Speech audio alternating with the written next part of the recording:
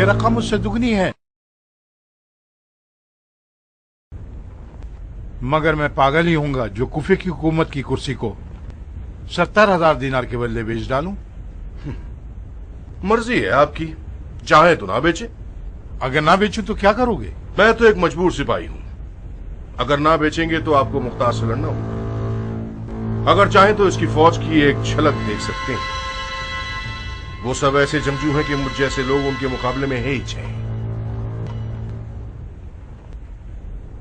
मैंने कहा था ना कि इस मार्के के पीछे कोई हिकमत छुपी हुई है।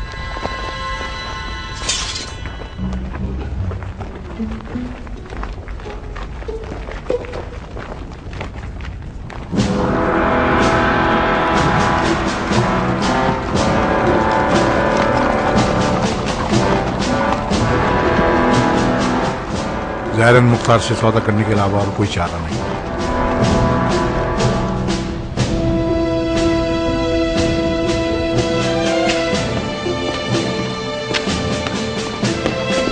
शेरों की तरह आए हो या गीदड़ की मानंद हार के आए हो? तो क्या मैं गीदड़ों की तरह नाकाम हो जाता? जाहिर है कि मैं कामयाब हो गया हूं। मद्दे मुकाबिल पहले तो नहीं मान रहा था। मंसूबे के मुताबिक जब लश्कर के परचम उसे दिखाए तो उसके चेहरे का रंग उड़ गया। ये हमारी तरकश का आखिरी तीर था। जुबैर के बेटे को अगर हमारी चाल का पता चल जाए तो हमारे मक्के से मरासिम खराब हो जाएंगे।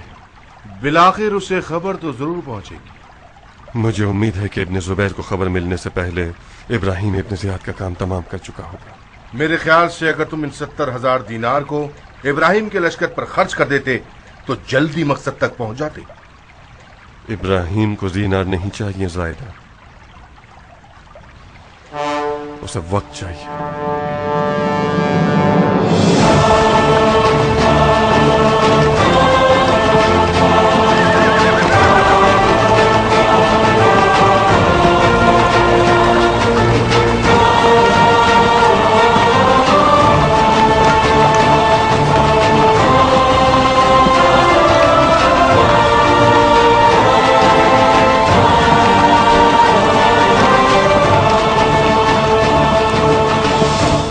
खुदा करे कि खुशखबरी हो तुम्हारे पास। ऐसा ही है। नसीबैन के गवर्नर ने जब खत को देखा तो उसे चूम के आंखों से लगाया और तस्लीम की अलामत के तौर पर हाथ उठा लिए। अब वो आया है ताकि बैत कर ले और 1 साल का खैराज भी साथ ले आया है। कहाँ है?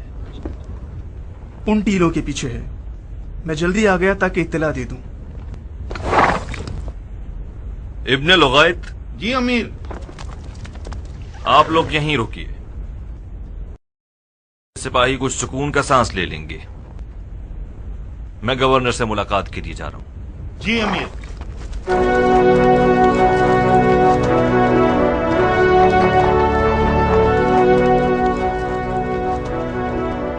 बहुत खुश नजर आ रहे हो भाई। क्यों नहीं, आज मैं बहुत खुश हूं। मुझे आज समझ आया है कि मालिक अश्तर का बेटा होना कैसी दौलत और नेमत है।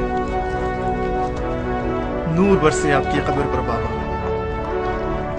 उसने जब हमारे मरहूम बाबा का नाम सुना तो अनकरीब मेरे पांव चूमने के लिए झुकने वाला था। मालिक की मीरास उसकी इज्जत व आबरू है। मालिक की इज्जत व आबरू मोहब्बत अली है। दुआ करो कि हम अच्छे बेटे साबित हों और उनकी लाज रख सकें। अस्सलामु अलैकुम व रहमतुल्लाह व बरकातुहू। वालेकुम अस्सलाम, अहलन व सहलन। आफरीन है इस तवाज़ो और इनकिसारी पर। आपकी मेजबानी हमारे लिए फख्र व सरबुलंदी का बाइस है। हसब व नसब की गुफ्तगू करना तौहीन है।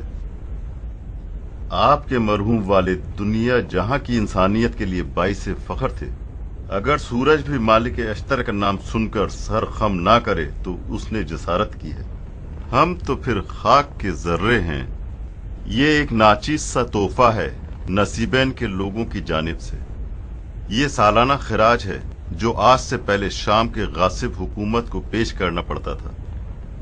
उम्मीद करते हैं कि आप कबूल कर लें और हमें शर्मिंदा न फरमाएं। मैं मशकूर हूं जनाब गवर्नर।